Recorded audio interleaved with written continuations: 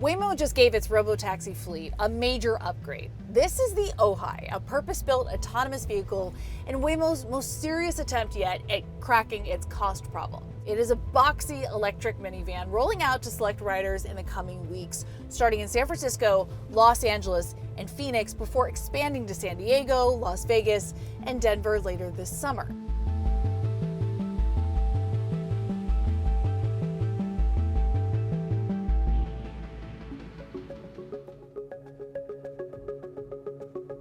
What's unique about the Ojai experience is that it really was an opportunity to think about a vehicle platform that is purpose-built for ride-hailing. Now, unlike the Jaguar I-Pace, which Waymo essentially retrofitted from a consumer car with all the headaches that came with that, the Ojai was co-designed with Geely's Zeekr from the start. The steering wheel is removable. What about the gas and brake pedals? Over time, I think you'll see some of those relics, if you will, kind of go away, the steering wheel, the pedals, to really kind of embrace that rider experience and move from being a driver-centric vehicle to a rider-centric vehicle. Zoox is also taking the purpose-built approach, but with a very different model.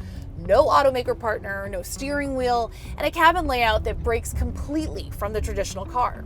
Waymo currently operates a fleet of around 4,000 vehicles in the US and is now completing 500,000 paid Robotaxi rides a week across its US markets, which is a tenfold jump from this time last year. The Ojai, alongside a coming wave of Hyundai Ioniq 5s, is a vehicle that's supposed to help get Waymo to its next target, more than 1 million paid weekly rides by the end of 2026, roughly doubling where it stands today. How many Ojai vehicles will be in your fleet by the end of the year? What's the target? We'll be in the thousands by the end of the year, and then the number will continue to, of course, increase into the tens of thousands. The Ioniq 5 that we're working on right now with Hyundai, we're still a ways out, but you will start to see a number of those driving around today. And we're starting to kind of ramp up, testing and everything on that platform. Now, when you strip back the Waymo branding, the Ojai comes from Zeekr, a Chinese automaker owned by Geely, the same conglomerate that owns Volvo and Polestar. Zeekr manufactures the base vehicle in Ningbo, China, then ships to Mesa, Arizona for final assembly. Waymo bolts on all the sensors and software that make it autonomous. Waymo still pays tariffs on those imports, and the China piece remains politically sensitive, but the economics are much better than the Jaguar era. Analysts say the Zeekr-built Ojai should be meaningfully cheaper to produce than the I-Pace fleet. I've seen some analysts say that the Ojai costs half as much as the I-Pace. That's true. Even with the tariffs involved, it is a less expensive platform than the I-Pace. Where does that cost savings come from? Yeah, it really comes from the idea that we were able to, with Zeekr, really design a purpose-built vehicle where you think about having everything ready to, sort of receive our self-driving system. The Ojai is also the first vehicle to feature what Waymo calls its 6th generation driver, the hardware and software system that actually does the driving. Combine that lower cost Chinese hardware with this new interior tech, which the company says was designed to cut sensor costs while improving performance, and the math starts to move in Waymo's favor in a way that it hadn't previously.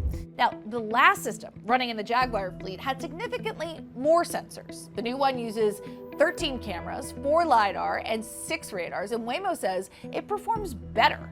The company switched to 17 megapixel cameras, a major jump from the previous specs. Higher resolution means the system can see more with fewer cameras. They've slashed the total sensor count by more than 40%, so cost is down and capabilities are up.